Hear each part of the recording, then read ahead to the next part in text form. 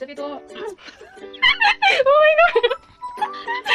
আপোনাৰ কাৰণে নমস্কাৰ, মোৰ অন্য এটা ভিডিঅ'লৈ আপোনালোক সকলোকে স্বাগতম জনাইছোঁ।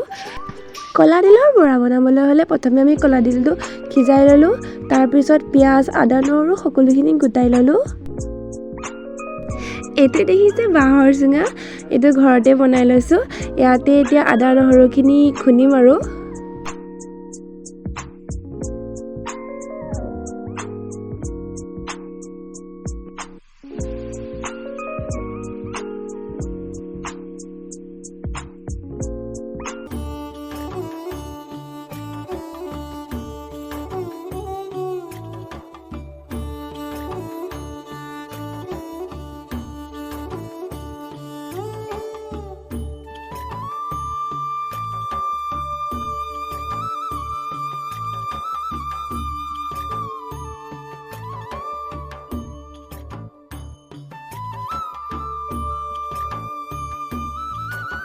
আদা নহৰুখিনি খুন্দি লোৱাৰ পিছত এতিয়া সিজাই থোৱা কলা ডিলটো মিহি মিহিকৈ কাটি ল'লোঁ বৰা বনাবৰ কাৰণে। বৰা বনাবৰ কাৰণে এতিয়া পিঁয়াজ 3টা কাটি ল'লোঁ, আদা নহৰুখিনি ভালদৰে খুন্দি ল'লোঁ। তাৰপিছত এয়া দেখিছে জিৰা, ৰেড চিলি পাউডাৰ, হালধি, নিমখ, তাৰপিছত এয়া বেচন অলপ আৰু পিঠাগুড়ি অলপ লৈছোঁ যাতে বৰাকেইটা মচমচীয়া হয়। কাটি থোৱা কলা ডিলখিনি এতিয়া ভালদৰে হাতেৰে একদম সানি লৈছোঁ। তাৰপিছত প্লেটত থৈ দিয়া সকলোখিনি বস্তু কলা ডিলটোৰ লগত মিহলি কৰিছোঁ বৰা বনাবৰ কাৰণে। ভালদৰে মিহলি কৰি ল'ব লাগে।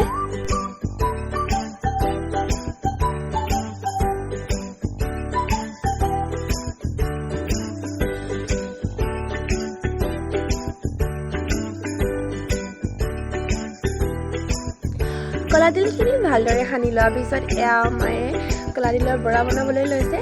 এটা এটা সৰু চাইজত, একদম বৰা চাইজত।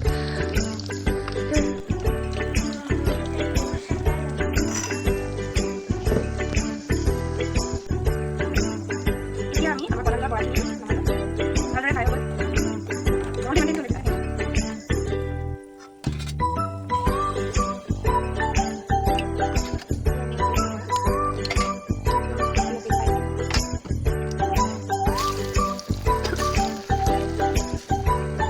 কলা ডিলৰ বৰাকেইটা এতিয়া মায়ে কেৰাহীত বহাই দিলে ভালদৰে মচমচীয়া হ'বৰ কাৰণে।